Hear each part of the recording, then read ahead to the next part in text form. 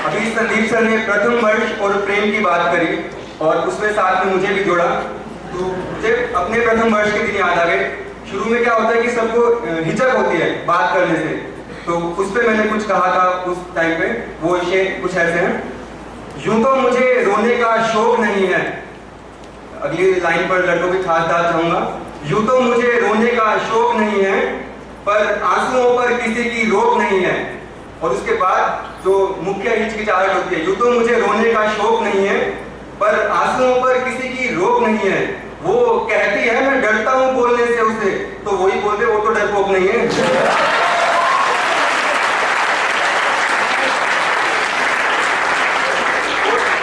Second year तक आते आते प्रेम की रफ्तार धीमी पड़ जाती है।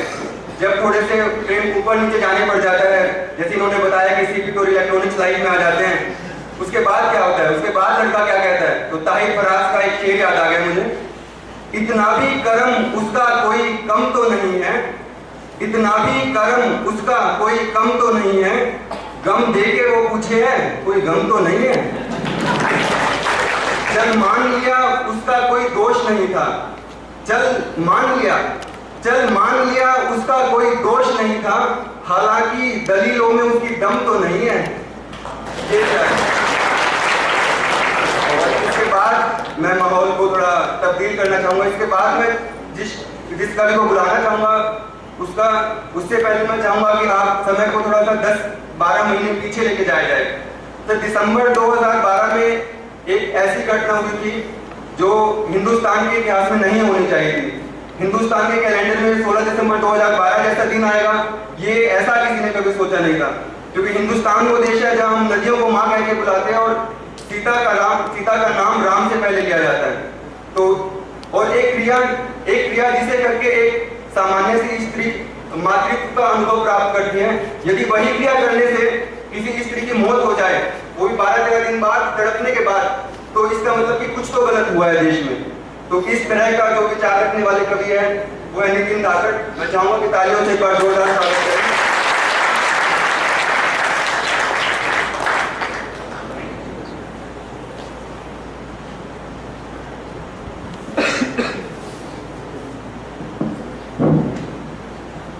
वक्त कहता है लोग भूलते नहीं, मैं भुला देता हूँ, घाव कितने ही गहरे हो मैं मिटा देता हूँ। वक्त कहता है लोग भूलते नहीं, मैं भुला देता हूँ, घाव कितने ही गहरे हो मैं मिटा देता हूँ। सहमी उस दामिनी की वो चीख, आओ फिर तुम्हें सुना देता हूँ। दोस्तों, आज मैं आपके सामने जो कहानी सुनाने जा रहा हूँ वो महज एक कहानी नहीं है, बल्कि फैली दहशत है उन दामिनियों के मन की, उन सैकड़ों दामिनियों की जिनका शहर दिल्ली नहीं है। उनकी तो बेटा उन छोटे शहरों की चार दीवारी में ही कैद रह जाती है।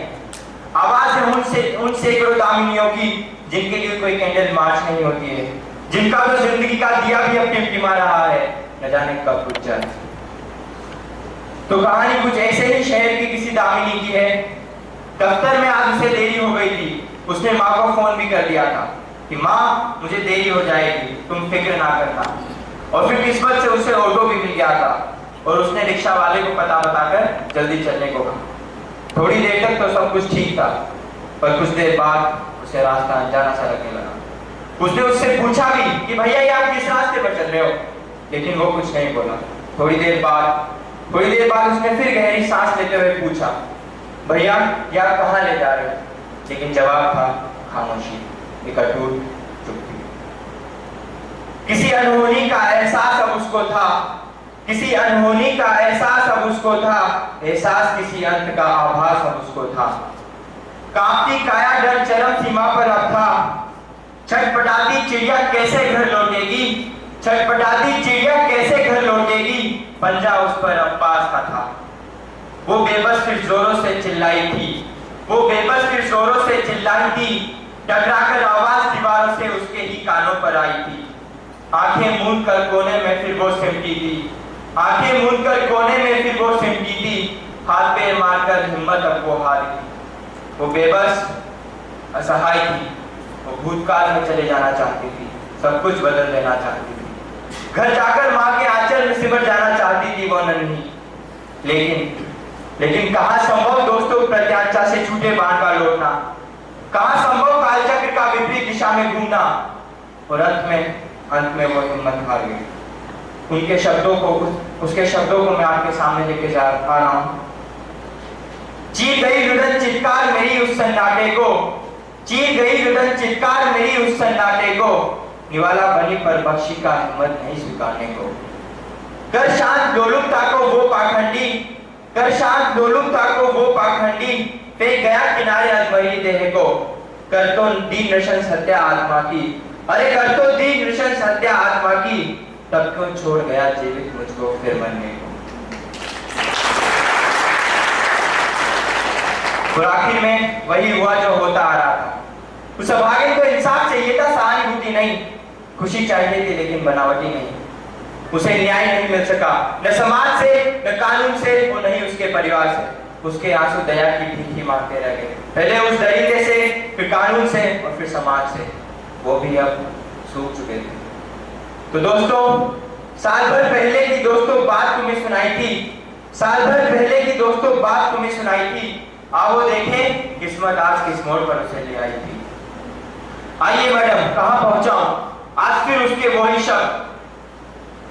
ये शब्द सुनते ही उसके सारे शरीर में सिहरन दौड़ उठी, हृदय क्रोधाग्नि से सुलग उठा। वो कब कपा उठी, लेकिन आज वो डर नहीं था, ना ही दुख था कुछ खोने का। आज तो ऐसा लगा मानो कि कोई पंछी अब तो भर चुका उड़ान, मानो कि कोई पंछी अब तो भर चुका उड़ान। क्षितिज भले ही दूर हो लेकिन सामने खुला आसमान। अंधेरा भले ही गहराया हो चारों ओर, अंधेरा भले ही गहराया हो चारों ओर, तब उठी वो कांपती काया। अब तो जैसे जल उठी मशाल, दीपक बन जल उठा ये मन, अब तो चीर चुका अंधकार। और आज भी वो उसी ऑटो में बैठ चल निकली। जिंदगी का मकसद पूरा होने की खुशी सी थी वो। सूखे रेगिस्तान में चलने के बाद शीतल छांव का एहसास था वो। लेकिन दोस्तों, उसकी प्यास अभी बुझी नहीं थी। सहसा उसने चाकू निकाला और भोंक दिया उस दरिंदे की पीठ में। चीख फिर चीर गई सन्नाटे को, भौचक्का हुआ देख सामने मौत को। समझाया कारण फिर हटाकर चेहरे से नकाब को। आंखें फिर मूंद ली उस पाखंडी ने, आंखें फिर मूंद ली उस पाखंडी ने। समझ गया क्यों छोड़ गया जीवित मुझको खुद मरने को।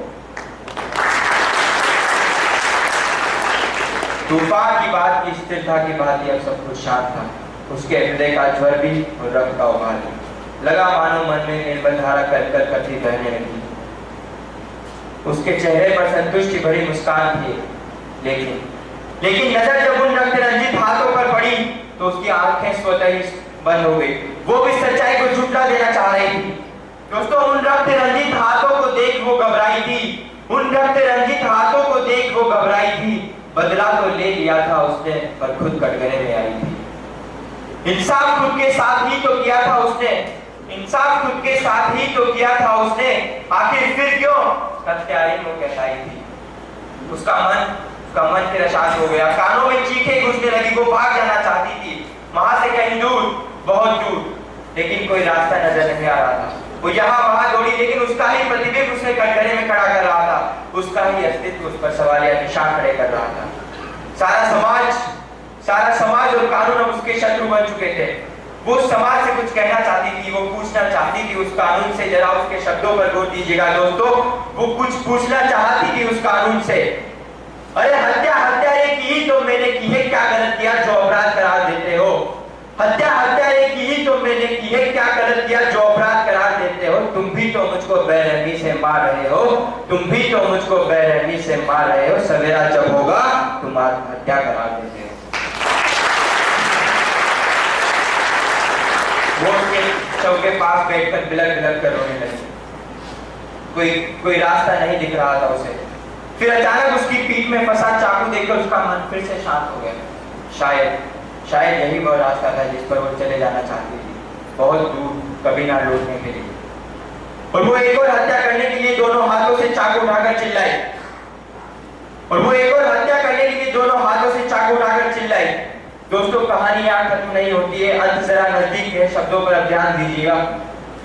और वो एक और हत्या करने के लिए दोनों हाथों से चाकू उठाकर चिल्लाई, और चीख उसकी सुनकर दौड़ती मां सहलाकर बाल फिर कहती, चीख उसकी सुनकर दौड़ती माँ सहलाकर बाल फिर कहती, जागो बेटा भोर हुई कभी बुरे सपने आ जाते हैं, जागो बेटा भोर हुई कभी बुरे सपने आ जाते हैं। मैं कहती, माँ क्या ये भी सच बन जाते हैं?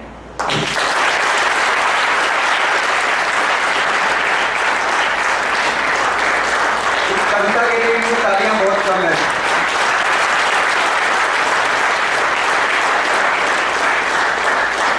अच्छा लगता है जब देश के नौजवान लड़के इस विषय में सोचते हैं तो खासकर। और इसके बाद मैं जिस कवि को बुलाना चाहूंगा वो उम्र में हम सबसे छोटे हैं, और बट उनके कारनामों में ये शामिल है कि उन्होंने द्वितीय वर्ष में एक नोवेल लिखा है, उपन्यास, हिंदी का उपन्यास। द्वितीय वर्ष में उनका उपन्यास वो है हिमांशु यादव। तो हिमांशु यादव का एक बार फिर से तालियों से स्वागत करिए।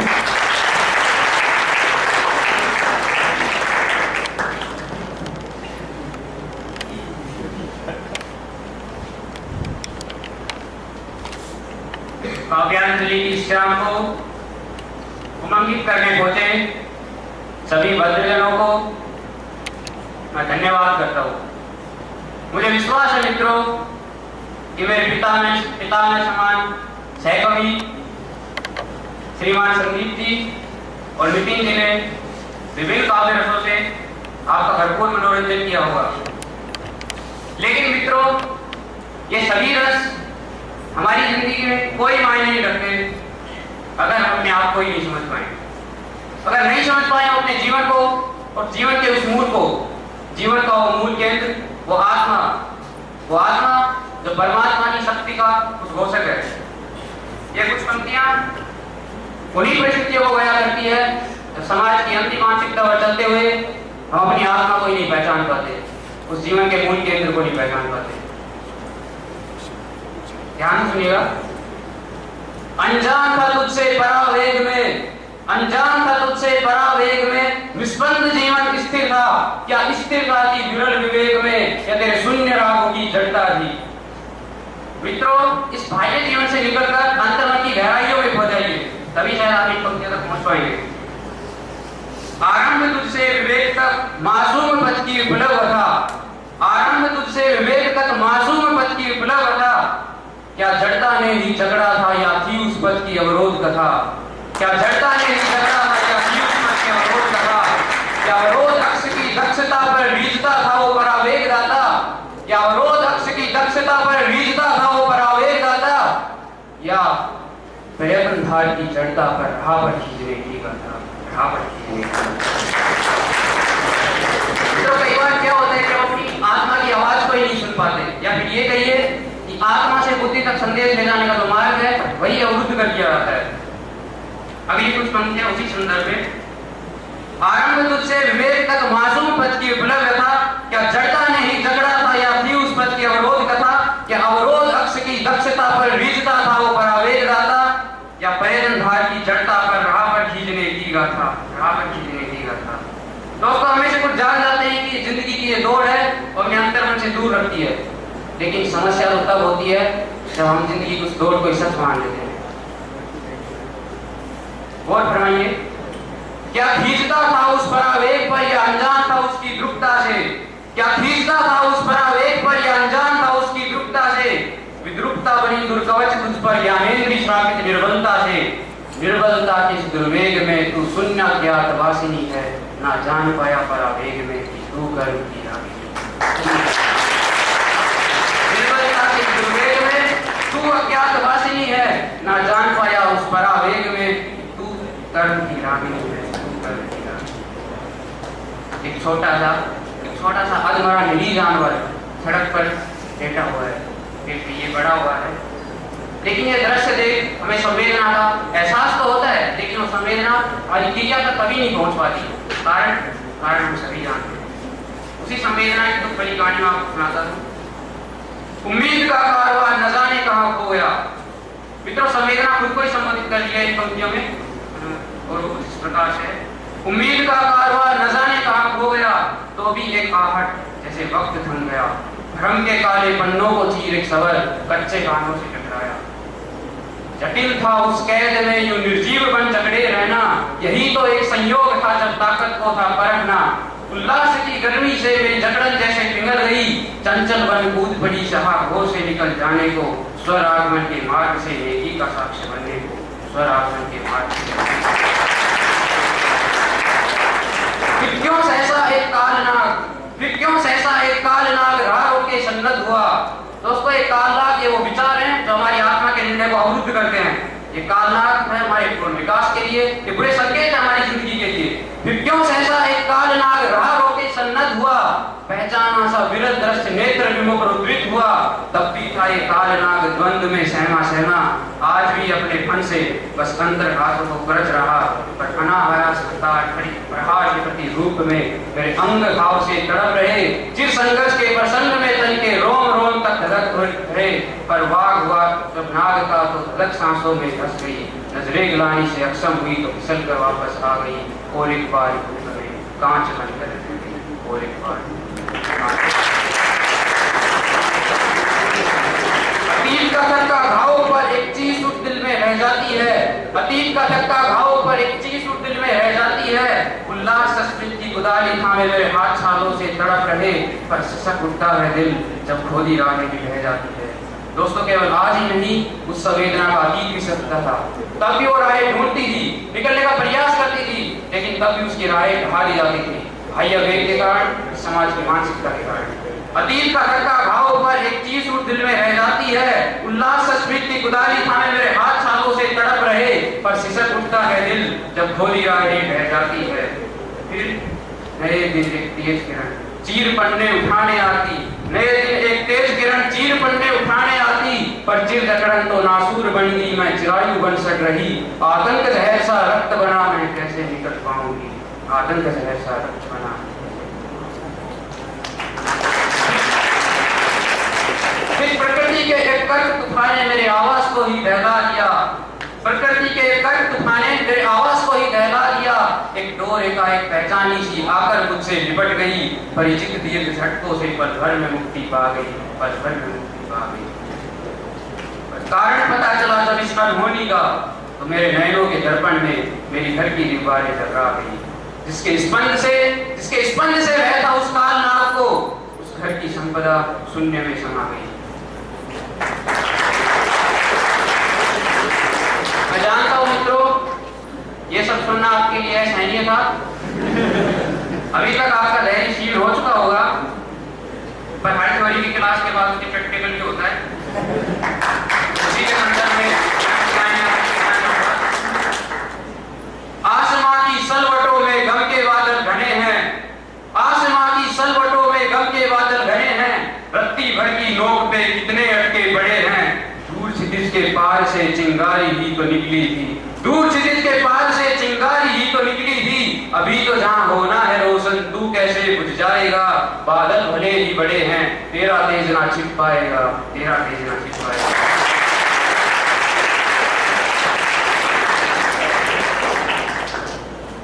ललचाती सीधी राहों पर कांटे बहुत बड़े हैं, लचीली कच्ची त्वचा को चुभने को आज अड़े हैं, आज रख ही दे पैर इन पर, आखिर कब तक हटाएगा, बस एक बार ही दर्द होगा, कठोर झिल्ली तू पाएगा, भूल समझ खिल होगा खुद पे, पर सहना तो सीख जाएगा, लगा रहे ऐसे ही मनू तो जीना सीख जाएगा। अंतिम 4 पंक्तियों से मैं अपनी बात को विराम देना चाहूंगा। उम्मीद है इनका सार आप इसमें ढूंढने का प्रयास करेंगे। उम्मीदों के धुंधलके को शीत धैर्य खड़ा है, उम्मीदों के धुंधलके को शीत धैर्य खड़ा है, साया घेरा गया सकता तेरी आग तू ही जला है, आपा होकर आप पे होगा क्या हासिल तुझे, आपा होकर आप पे होगा क्या हासिल तुझे, चट्टानों की आड़ में चल अक्ष अटल तेरा होगा, कटु निश्चय कर दम आपके रोज नया सवेरा होगा, रोज नया।